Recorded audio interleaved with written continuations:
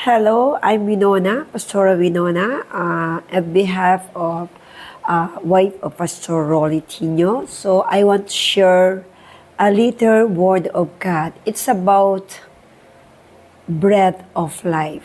Ano nga ba ang sinasabi nila nga tinapay ng buhay?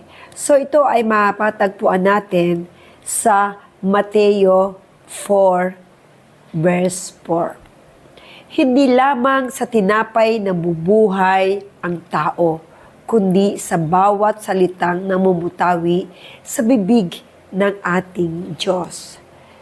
Tayo ay kumakain literal ng mga pagkain natin, tinapay man yan o rice man yan. Tayo ay nabubuhay dahil tayo ay kumakain araw-araw. Kumakain tayo sa umaga, sa tanghali, sa gabi, at may merienda pa. Pero nakalimutan nating pakainin ang ating espiritu, ang ating spiritual life. Actually, ikaw at ako ay nung araw ay mamangpa sa salita ng Diyos. At hindi natin alam na kailangan pala na pakainin ang ating espiritu. Dahil tayo nga ay ipinanganak sa laman, so kailangan tayo ipanganak muli sa espiritu. Ang espiritu ay kailangan ng pagkain.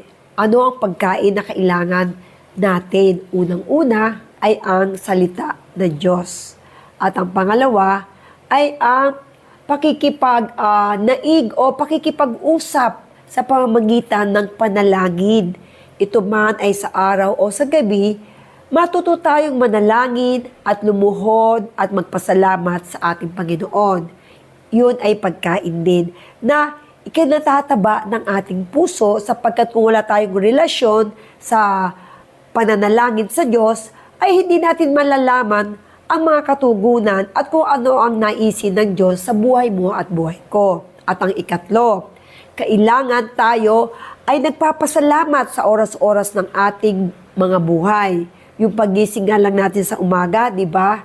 Isang malaking pasalamat na dahil ikaw ay buhay. Dahil ikaw ay binigyan ng another buhay upang magpasalamat at makapagtrabaho at ma-embrace natin muli ang ating mga pamilya. At ang ikaapat, kailangan ay nakikipag-fellowship tayo. Katulad nito yung ginagawa natin ngayon. Tayo ay nakikipag-ugnayan sa ating mga kapatid, unbeliever man yan o believer man yan. We need to communicate, we need to meet one another na i-excel natin ang patutuo na nangyayari sa ating buhay. Dahil minsan, ang pakikipag-chismisan natin ay mga bagay na walang kabuluhan. Pero kailangan natin magkaroon ng chismis. Ito is about Word of God. Kasi minsan ang tao ay nauubos ang oras sa paninira ng kapwa niya tao. Hindi nila namamalayan na sila ay nagkakasala. Hindi nila namamalayan na ang kanilang espiritu ay nagiging malnourished. Ang pagiging malusog na Kristiyano o malusog na nananampalataya sa ating Panginoong Hesus ay merong daily devotion, merong daily communication to God, at meron din tayong daily communication sa ating mga kapatiran. O hindi man kapatiran, o kahit sa mga unbeliever na kailangan nating makausap at makaniig upang ipakilala natin si Kristo. Ganon. Kung paano araw-araw tayo ay kumakain sa physical, ganon din spiritual. Kung tayo ay chismosa, kasi di ba, ang tao likas na chismosa. Kung tayo ay chismosa, ang ichismis natin ay ang kabutihan ng ating Panginoong Hesus. Bigyan nating time na ilathala kung gaano kabuti si Kristo sa buhay mo at buhay ko. I-chismis natin yung mga bagay na, ganito, nung isang araw, may problema ako sa pera, pero one day, bigla na lang may hindi po si Lord, may nagbigay sa akin na hindi ko naman kakilala.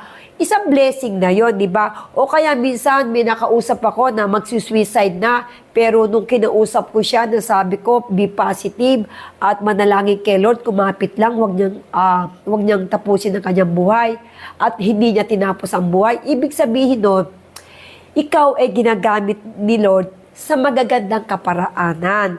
Yun ay nakakataba espiritual sa kapatiran mo o sa ibang tao dahil lumalakas ang kanilang faith kay Lord. Yun ang kailangan, encouragement to one another. Sabi nga, hindi sa tinapay lamang kailangan nabubuhay ang tao, kundi sa ating mga ginagawa tungkol kay Kristo. Ang Diyos ay nagmamalasakit sa tao at sa iyo. Ikaw at ako ay nilikha niya. Ganun na lamang ang malasakit ng Diyos sa buhay mo. At ganun din, ano nga ba ang katauhan ni Kristo?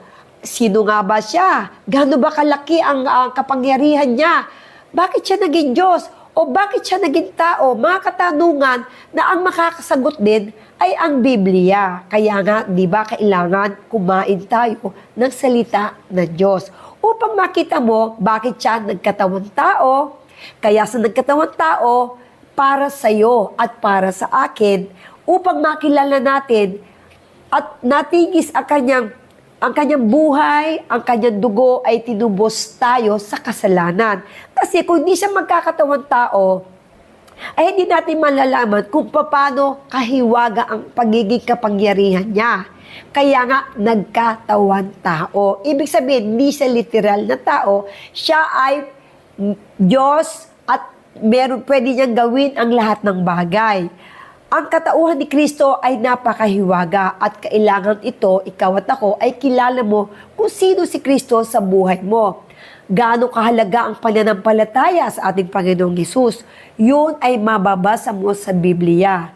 Ano ang mga gawain ni Kristo? Pangatlo, di ba siya ay nagpagaling, nagpalakad ng mga pilay, ang mga bulag ay nakakita, ang mga may ketong ay gumaling, luminis ang kanilang ketong, ang patay ay nabuhay, katulad ni Lazaro na binuhay niya at ito ay nabuhay. Yung mga bagay na himala ay naroon sa Biblia.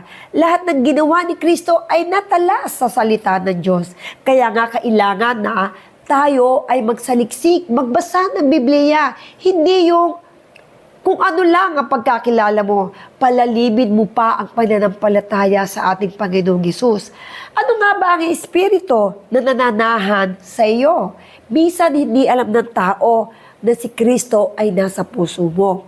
Magiging nasa puso mo lamang si Kristo kung ito ay tatanggapin mo ng buong puso. Eka nga, ang pagtanggap sa ating Panginoong Hesus, inaanyayahan mo si Kristo na manahan sa iyong puso. Ngayon kapatid, kung wala pa siya sa iyo sa puso, sumabay ka sa aking panalangin.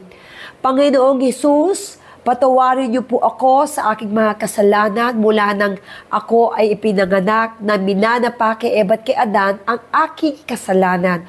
Hugasan mo po ito ng iyong banal na dugo na nakrus at napako sa krus ng Kalbaryo na dahil sa aking kasalanan, ako ay naligtas sapagkat tinubos mo ako sa aking kasalanan.